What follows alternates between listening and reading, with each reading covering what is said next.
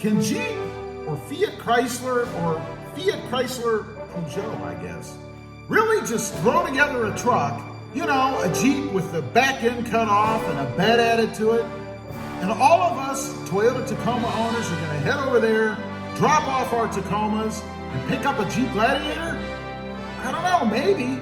I'm going to take a look at the specs between the 2020 Gladiator and the 2020 Tacoma and see. Okay, let's go ahead and get started. Again, looking at the 2020 Tacoma versus the 2020 Jeep Gladiator. And I do have some notes here because frankly, I can't remember all this stuff.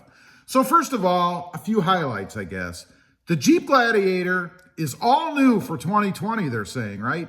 It shares components with the Jeep JL, which is right here behind me. We have a two-door Jeep JL. The Tacoma has gotten a mild upgrade for 2020. You know, a few extra bells and whistles. I've talked about those numerous times on the channel. And one other highlighted thing is the Gladiator has a solid front axle for low speed capability. The Tacoma doesn't have that, but we'll get into that in a minute. For the past 10 years, the Tacoma has dominated, ruled the mid-size truck market. Why? Well, probably because most of the other people, GM, Ford, have gotten out. Now, Nissan stuck around, but they really weren't much of a factor. So, you know, let's talk about pricing. The Tacoma starts around $27,000 and tops out at $47,500 for the TRD Pro, you know, the top of the line. The Gladiator starts at a cool $35,000 and tops out at $60,000, and that's for the Rubicon. Quite a difference. Let's start off with power here, I guess. The Tacoma has, of course, two available engines.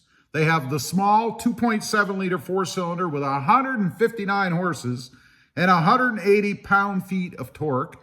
And of course, which is what I have up there and what I'm getting in my 2020 Tacoma, the larger 3.5 liter V6 with 278 horsepower and 265 pound-feet of torque.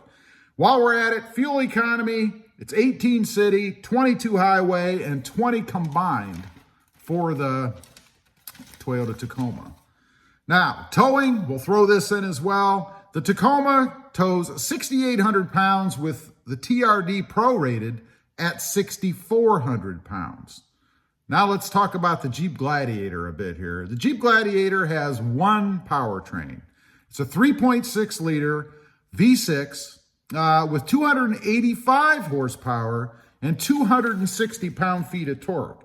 There is one note to this, and this is something that all you Toyota guys are not going to like. Jeep says that they're going to be adding a 3-liter diesel V6 somewhere down the road. There's no definitive date on that, but they are going to add a diesel.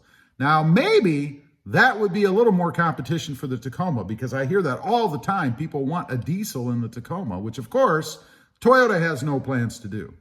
Now, both the Jeep and the Tacoma, and I'm happy to report this, both still offer manual transmissions. And of course, I've ordered a manual transmission in my 2020 that I'm waiting for. Now, configurations. Tacoma offers an extended cab and a crew cab with either a 5 or 6 foot long bed. The Gladiator only comes in one, and that's a crew cab with a 5 foot bed. Now, the benefits to the Gladiator, of course, are you can remove the roof and the doors and fold down the windshield. Although, unless you're big time off-roading, I'm not sure why you're going to fold the windshield down. I can't imagine driving that way on a cold day on the freeway, but hey, more power to you. Trim levels. Let's talk about trim levels. Now, the Gladiator has 4 different trim levels. They have the Sport S, which again is what we have right back here, the Overland, which is touted as being the most comfortable, and the Rubicon, the Big Daddy. The Tacoma has 6 different trim levels. They have the SR, the SR5, the TRD Sport, the TRD Off-Road, the Limited, and of course, the Big Daddy TRD Pro. Now let's talk about reliability a little bit, right? Now the Tacoma is known for reliability. It's one of the cornerstones of the Tacoma, I think. The Jeep Gladiator, you know, who knows? It's really too early to judge. It hasn't been out that long, although its parent company, Fiat Chrysler Peugeot now, I guess, is known to have quality issues. So we shall see. Maybe they're paying a little bit better attention to the Gladiator, since it's probably a pretty important truck for them, a pretty important segment to get into. So maybe we won't have the typical problems that Fiat has experienced in the past. I don't know. Off-roading. We got to talk about off-roading, right? Now, this is where Jeep probably has the edge, I guess. The Gladiator has a solid front axle. Now, they have both a solid front and a rear solid. The front solid allows for more articulation and stability on low-speed off-roading.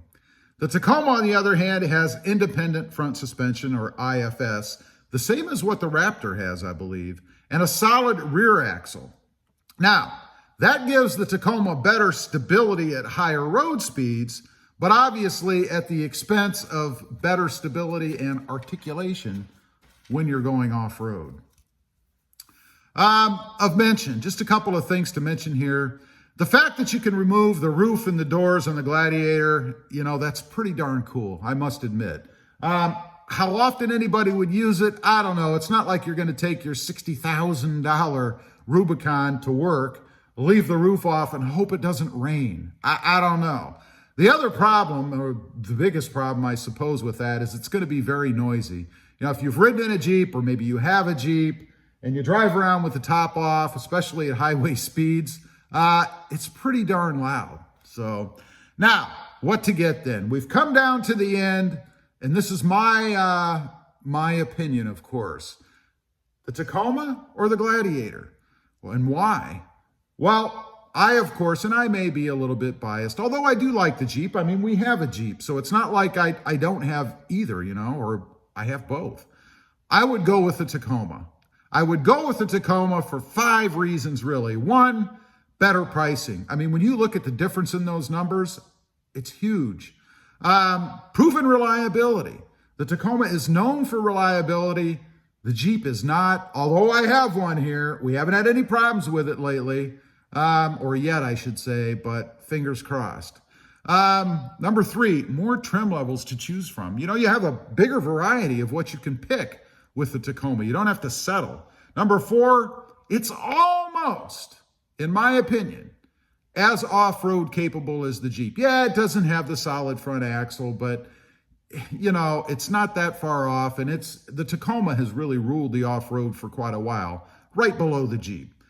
Number 5, better ride quality on the road. Now, this is where it trumps everything else, in my opinion, because most people who buy an off-road vehicle, a 4x4, and this is true whether it's the Jeep or whether it's the Tacoma or even a Tundra back there, never take it off-road. Only 4%, I read recently, of people that buy 4x4s ever actually go off the road with them. 4%. So that's not where the Jeep does win, I guess.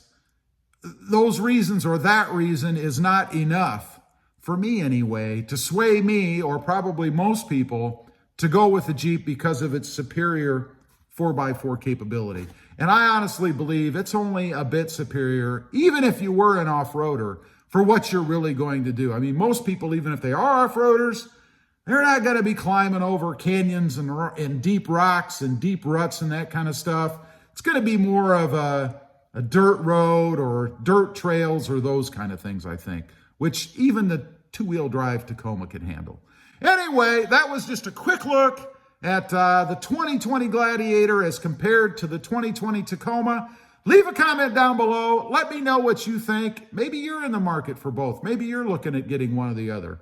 Would you take your Tacoma in and trade it off for this Gladiator?